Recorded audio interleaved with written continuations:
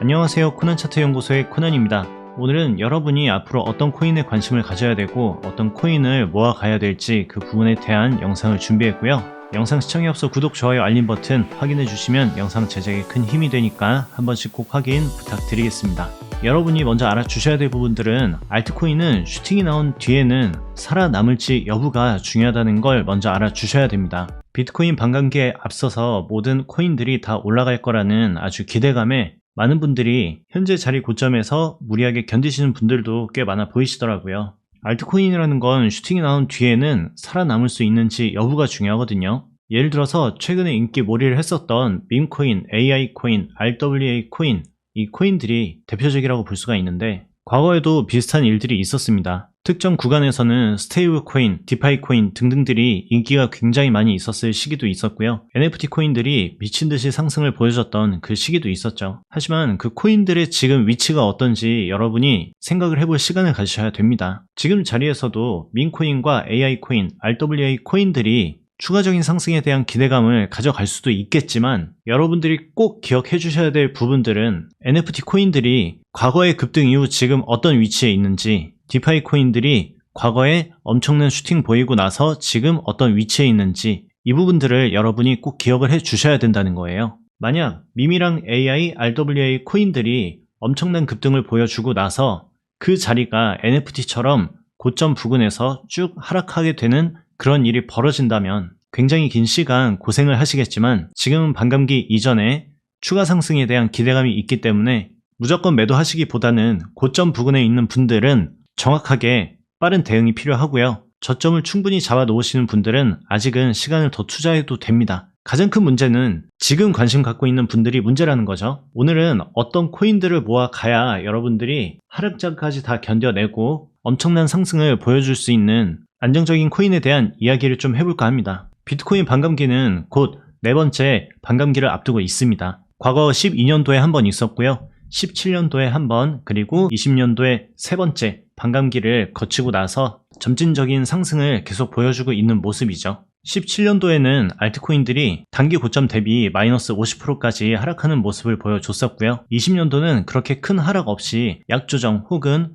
횡보 이후 급등세를 보여주긴 했습니다. 하지만 지금 자리는 완전 개판 5분 전이죠. 몇몇 코인들은 미친 슈팅을 보여주고 몇몇 코인들은 바닥에서 기어주고 너무 양극화되는 모습이 보여지고 있기 때문에 시장의 혼조세에 많은 분들이 혼란이 있을 거라 보여집니다. 어떻게 보면 타이밍이 가장 중요하죠. 17년도처럼 알트들이 급락을 한다면 우리는 저점 매수를 기다려야 될 것이고 20년처럼 약조정 이후 횡보를 보이고 있다면 우리는 거기에서 바로 달려들어야 되는데 지금 자리에선 슈팅이 나온 알트코인들과 바닥에서 기고 있는 알트코인들 전부 상승한 다음 하락세를 보여주고 있습니다. 하지만 슈팅이 나왔던 코인들은 해당 구간 정도에서 조정을 받고 있고요. 아직 힘을 많이 받지 못하는 알트코인들은 이 하단 부근에 있습니다. 그래서 우리는 너무 고점에 있는 코인, 너무 저점에 있는 코인들은 큰 파도가 한번 지나간 다음에 관심을 가지시면 좋을 것 같고요. 현재는 안정성 있는 코인에 대한 관심을 가지고 매수 타점을 기다리거나 긴 분할 매수를 통해서 적금 모으듯이 천천히 모아가는 게 가장 중요하다고 볼 수가 있죠. 첫 번째 우리가 모아가야 될 코인은 비트코인입니다. 과거 비트코인은 많은 분들에게 인기가 없었죠. 알트코인들이 저점 대비 플러스 20배 이상씩 올라갈 때 비트코인은 막상 그렇게 큰 상승률을 보여주지 못하고 10배도 올라가지 못하는 모습을 보여줬었죠. 그래서 비트코인을 담느니 차라리 알트코인을 매수해서 더 큰 수익률을 달성하려고 했던 분들이 굉장히 많았지만 23년엔 어땠습니까? 당연히 비트코인보다 더 많이 올라간 애들도 있겠지만 비트코인보다 상승률이 적은 알트코인들이 너무 널려 있어요. 막상 이 구간에서 제가 비트코인, 이더리움을 이야기를 해드렸을 땐 관심 있는 분들이 많이 없었거든요. 중장기로는 비트, 이더, 리플, 에이다 이렇게 4개를 모아가자 충분히 이야기도 드렸고 저점 부근에서는 대형 코인들에 대한 조언을 드렸지만 막상 이럴 때 많은 분들이 관심을 안 가져요. 막상. 그런데 쭉 올라간 다음에는 이 자리에서도 사람들이 이제 관심은 가지지만 막상 담으려고 하진 않거든요. 그 이유는 뭐냐면 너무 고점이니까. 당연히 고점 맞습니다. 18년도에도 고점이 맞았고요. 21년에도 고점이 맞았어요. 하지만 비트코인은 점진적으로 고점을 지속적으로 올리고 있는 코인입니다. 비트코인에 관심 가져야 되는 이유는 단 하나입니다. 이더리움 ETF 때문이죠. 비트코인의 ETF를 성공을 하고 나서 그 다음 이더리움이나 솔라나 등등 대형 코인에 대한 ETF에 대한 기대감이 많이 올라가고 있는 상황에 비트코인의 ETF가 끝났으니 마무리다? 전 그거라고 생각하지 않고요. 수많은 알트코인들이 존재하는 이유는 비트코인과 이더리움을 키우기 위함입니다. 과거 17년도부터 지금까지 시총이 꾸준히 올라갔던 코인들 생각해 보신 적 있으신가요? 비트코인이랑 이더리움이랑 몇몇 코인들 많이 안 됩니다. 당연히 올라온 코인도 있지만 점진적으로 꾸준한 지속적인 상승을 보여줬던 코인들은 많지가 않죠. 한마디로 이더리움 ETF가 성공이 되면 비트코인은 자연스럽게 올라갈 겁니다. 코인 시장의 유지를 위해서는 비트코인의 시총이 1위여야만 합니다. 그러면 이더리움이 올라가게 된다면 비트코인은 자연스럽게 올라올 거거든요. 그래서 많은 분들이 비트가 아빠고 이더가 엄마라는 얘기도 많이 해주잖아요. 그쵸? 하지만 지금 자리에서는 너무 무리하게 들어가는 건 좀 무리수가 있죠. 지금 자리부터 정기 적금식으로 꾸준히 모아 가신다면 비트가 상승을 해도 굉장히 좋은 수익률을 가져가실 거고요. 비트가 하락을 해도 여러분들은 차후에 큰 반등에 대한 기대감을 할 수가 있을 겁니다. 큰 금액을 지금 몰빵하라는 얘기가 절대 아니고요. 점진적으로 모아가는 게 가능하다는 거죠. 왜냐? 이 코인 시장에서 큰 조정이 나와도 결국에 버텨서 상승할 수 있는 코인은 비트코인이기 때문이죠. 하지만 비트코인을 모아가기엔 수익률에 대해서 아직 신뢰를 가지지 못하는 분들도 계실 겁니다. 그렇다면 비트코인을 사 모아 가실 때 비트코인 캐시를 같이 모아 가시는 걸 권장을 드립니다. 과거부터 비트코인이 급등이 나올 땐 여지없이 같이 상승을 해줬던 코인이거든요. 웬만하면 특정 저점에서 8에서 15배까지 그 정도 상승을 해주고 있는 코인입니다. 지금 저점 대비 8배 올라왔죠. 조정 이후 반등이 나오게 된다면 15배인 이전 고점까지도 가능하다는 거죠. 그렇다고 비트코인 캐시에 대한 비중을 더 늘리시면 안 되고요. 비트코인에 대한 비중을 10이라고 친다면 비트코인 8, 비트코인 캐시 2, 이 정도로는 모아가셔도 충분히 무리하지 않을 거라고 보여지기 때문이죠. 두 번째는 이더리움입니다. 너무 당연하다고 생각하시는 분들도 계시겠지만 결과적으로 이 당연한 애들이 나중에 결과적인 안정적 수익률을 보여줄 수 있기 때문이에요. 이 코인들을 지속적으로 모아가다가 좋은 기회가 나오면 알트코인에 대해서도 어느 정도 분산 투자가 이뤄지고 그 다음 하락 조정이 끝나고 쭉 올라가는 그 시기를 맞춰가지고 우리의 본 시드가 움직여야 된다는 거죠. 제가 3월 중순쯤 비트코인 최고점에 도달하고 조정을 받을 때 잠깐 2주 정도 쉬었다가 복귀하자마자 얘기 드렸던 부분이 있습니다. 모두가 환호성을 지를 때는 조금 조심해야 된다라고 이야기를 해드리고 비트코인 고점 이후 조정 횡보를 보여주고 있는 상황이긴 하지만 고점 대비 마이너스 20에서 마이너스 40%까지 알트들이 하락한 상황이라는 거죠. V자 반등이 나오면 아무 문제가 되지 않습니다. 하지만 V자 반등에 실패를 하고 반등에 실패를 하게 된다면 그 다음 겪어야 될 시간은 꽤 길어질 수 있다는 거죠. 그렇다고 비트랑 이더리움이 이 바닥까지 내려가느냐, 이제 그런 생각은 안 하셔야 됩니다. 이런 생각을 하시게 되면 나중에 좋은 기회가 왔을 때 절대 여러분은 매수를 못할 거기 때문이죠. 이더리움이 만약 400까지 내려오는 걸 기다리시는 분들, 여기 내려온다고 매수할 수 있을까요? 매수할 수 없을걸요? 그리고 300 기다리는 분들, 200 기다리는 분들, 100만원 기다리는 분들, 내려오면 매수할 수 있을까요? 매수를 못할 겁니다. 그 이유는 이 시장은 우리가 편하게 매수할 시간을 잘 안 주는 편이에요. 그렇기 때문에 지속적인 관심을 가져야 되고 지금은 대형 코인들에 대한 관심을 가져서 안전하게 천천히 분할 매수로 접근을 해주시고 이 시장에 대한 관심도를 유지를 해주는 게 가장 중요하다는 거죠. 그리고 이더리움 클래식은 비트코인 ETF 다음으로 ETF가 만들어질 가장 유망한 코인입니다. 저의 개인적인 음모로는 비트코인을 만든 사람은 비탈릭 부테린이 가장 확률이 높지 않을까 싶거든요. 왜냐하면 비트코인이 존재해서 가장 득을 보고 있는 사람 딱 한 명을 선택해 보자고요. 비탈릭 부테린이 가장 득을 보고 있는 거 아닙니까? 저는 그렇게 생각을 해요. 비트코인 ETF를 성공시켰다는 거는 이더리움 ETF도 충분히 가능성이 있다고 볼 수가 있고요. 비트코인이랑 이더리움 ETF가 성공을 하게 된다면 그 다음은 이제 알트코인들의 타임이 옵니다. 그때 자발트코인을 접근해도 늦지 않다는 거죠. 그래서 이더리움도 정기적금식으로 천천히 모아가도 충분히 좋은 코인이라고 볼 수가 있고요. 이더리움만 사기 조금 불편하다 싶으신 분들은 이더리움만 사모으기엔 수익률이 좀 아쉽다 하는 분들은 비트코인이랑 비트캐시를 분산 투자하듯이 이더리움과 이더리움 클래식에 대한 분산 투자하시는 것도 방법입니다. 하지만 이더리움 8, 이더리움 클래식 2 이 비율을 꼭 기억을 해 주셔야 되고요. 세 번째 코인은 솔라나입니다. 솔라나도 너무 뻔하죠. 너무 뻔한데 이 솔라나 같은 경우엔 코인 시장에 거의 혁명을 일으켰다 봐도 과언이 아니거든요. 상장했을 때 18만원 그리고 단기 고점인 30만원까지 왔을 때만 해도 솔라나에 대한 사람들의 관심은 어마무시했습니다. 하지만 하락이 나오고 나서 그 다음 점진적으로 고점이 쭉 낮아지는 모습을 보고 솔라나에 대한 관심은 없어졌고 FTX 사태로 인한 급락 이후에는 이 코인에 대한 관심도 전혀 없었죠. 그렇기 때문에 제가 22년도 말에 이 부근에 대해서 추천을 드렸던 이유 중에 하나가 그것 때문입니다. 만약 이런 차트를 보인다면 이미 사라져야 되는데 사라지는 부분에 대한 이슈가 하나도 안 나오는 거예요. 그래서 그때 권장을 드렸지만 큰 관심은 갖지 못했죠. 그런데 그런 악조건 속에서도 결국 30만원까지 올라왔습니다. 솔라나가 잡으려고 하는 건 이더리움이거든요. 만 얼마 하던 코인이 30만원까지 올라오면서 시총 100조를 달성했다는 거는 이 프로젝트의 안정성이 유지만 된다면, 특별한 외부적 개입이라든지 내부적인 큰 이슈가 생기지만 않는다면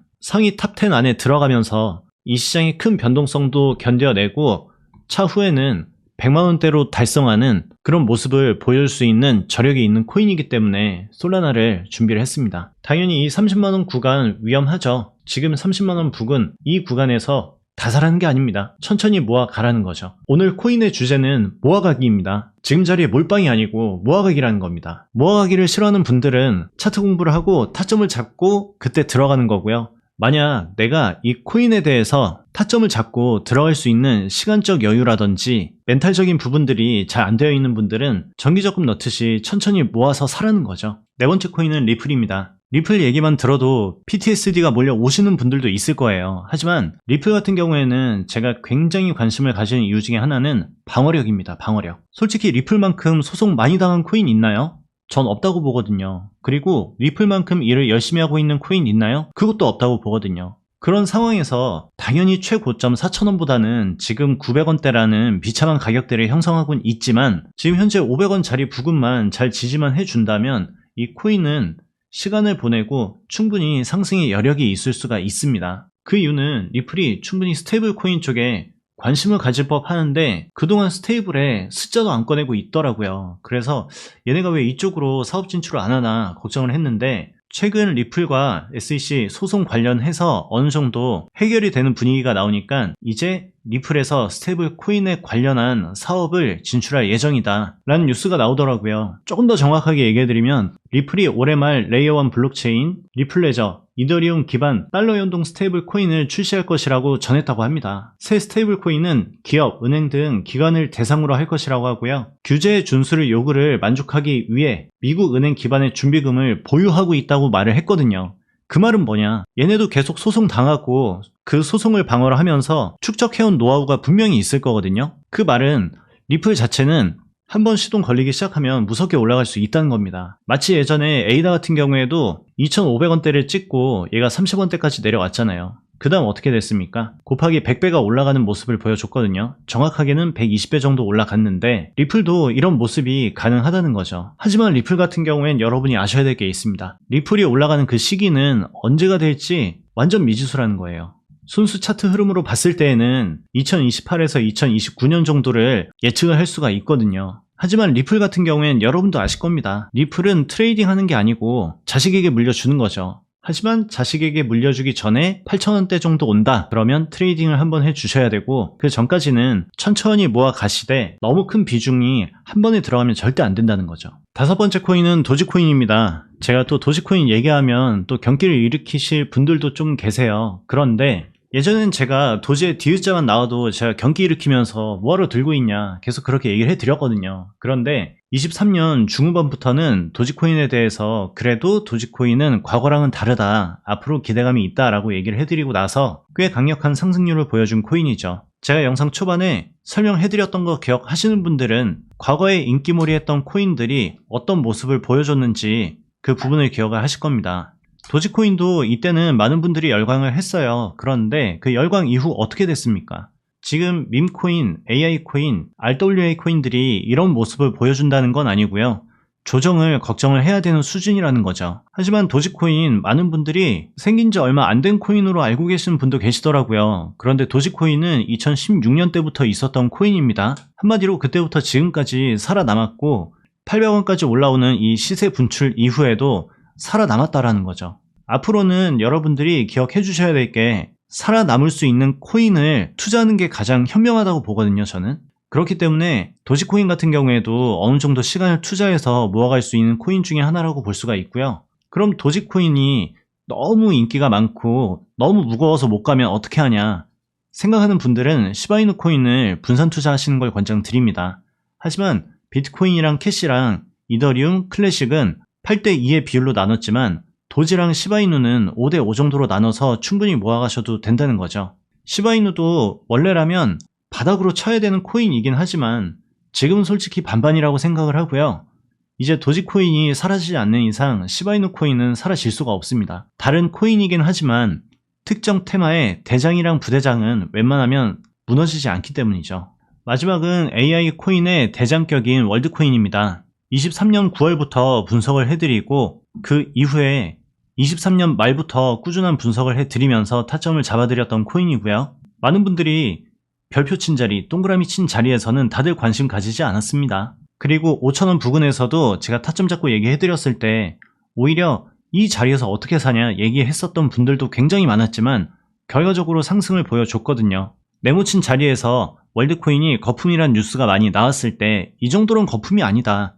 추가 상승이 한 번 더 나와야 거품이다 라고 얘기를 해드리고 그 다음 해당 구간에 거품 자리가 체크가 되었고 그 이후로 하락을 보여주고 있죠. 월드코인도 고점 대비 지금 자리 보면 마이너스 40%입니다. 월드코인에 관심 있고 모아가려고 하시는 분들은 아무리 못해도 이 코인이 3만원까지 떨어진다 생각을 하고 점진적으로 모아 가셔야 돼요. 만약 여러분 월드코인이 3만원까지 내려온다고 생각을 해보면 지금 이 월드코인에 대해서 큰 비중이 들어갈 수 있을까요? 만약 지금 몰빵하고 싶은 분들은 35,000원까지 기다린다 생각하고 어느 가격까지 내려오든 상관하지 말고 버티세요. 그럼 됩니다. 하지만 그걸 실천할 수 있는 분들은 많지가 않거든요. 저 또한 월드코인이 간다 생각을 해도 지금 큰 돈은 절대 몰빵이 안 됩니다. 하지만 분할 매수는 가능하죠. 분할 매수는. 천천히 모아가는 건 가능하다는 겁니다. AI 섹터는 미래에 계속 끼워져 나갈 수밖에 없어요. NFT 같은 경우에는 불확실성한 미래를 갖고 있었지만 AI 같은 경우에는 우리 미래에 필수적인 요소가 될 수밖에 없기 때문에 월드코인처럼 이렇게 미친 슈팅이 나오더라도 충분히 이 정도 상승도 매집이라고 생각을 하고 시간 투자를 하면서 꾸준히 모아서 가시면 결국엔 좋은 모습을 보여줄 수 있는 코인이 되지 않을까 싶습니다. 오늘은 모아가야 될 코인 5개에 대한 영상을 준비를 했는데 아마 이 부분을 듣고도 반신반의 하시는 분들이 있을 거예요. 몇 년 뒤에 보자고요. 과연 그때 살아남을 수 있는 코인이 몇 개가 있을지. 지금은 과거에 살아남았다고 걔네들이 많이 올라가는 시장이 아니고요. 앞으로는 어느 정도 규제가 만들어지고 그 규제를 따르는 신생 코인들에 대한 급등세는 기대를 할 수 있지만 이오스 코인처럼 오래됐지만 살아남은 코인에 대한 기대감은 보기는 어렵다는 거죠. 점진적으로 꾸준한 성장세를 보여줄 수 있는 코인에 대한 투자가 필요한 시간이라고 설명을 해드리면서 오늘 영상을 마무리하겠습니다. 그럼 전 다음 시간에 뵐게요.